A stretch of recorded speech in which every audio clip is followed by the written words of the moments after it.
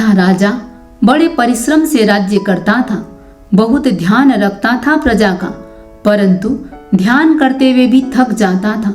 अंत में दुखी होकर वह अपने गुरु के पास गया, जो एक वन में एक वृक्ष के नीचे रहते थे।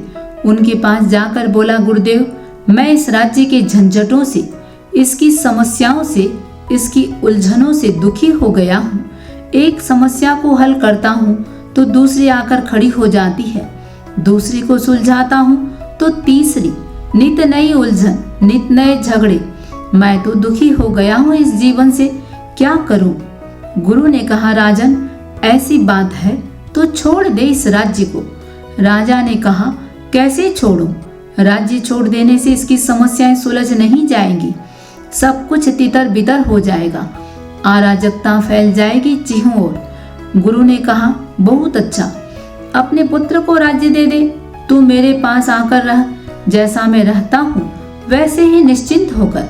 राजा ने कहा, परंतु मेरा पुत्र तो अभी छोटा सा बच्चा है, वह इस भार को संभालेगा कैसे? गुरु ने कहा, बहुत अच्छा, तो फिर तू अपना राज्य मुझे दे दे, मैं चलाऊंगा इसे। राजा ने कहा, यह मुझे स्वीकार है। गुरु ने कहा, तो हाथ में पानी लेकर संकल्प कर, सारा राज्य मुझे दान कर दे।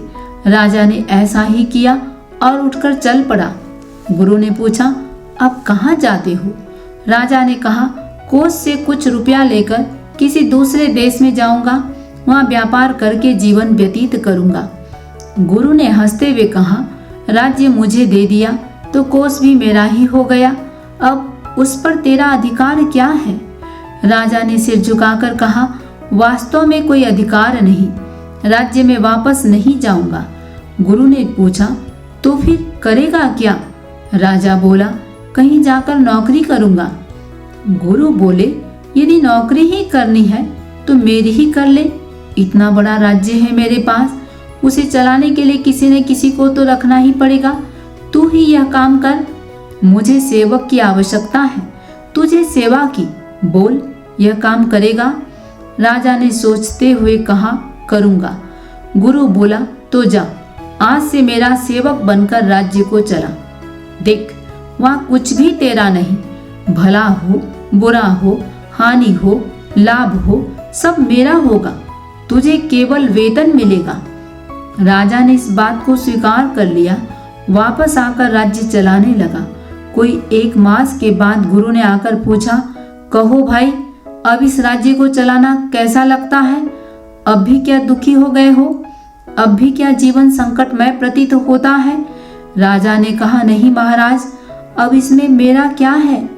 मैं तो नौकरी करता हूँ, पूरे ध्यान से परिश्रम से करता हूँ और फिर रात को निश्चिंत होकर सो जाता हूँ।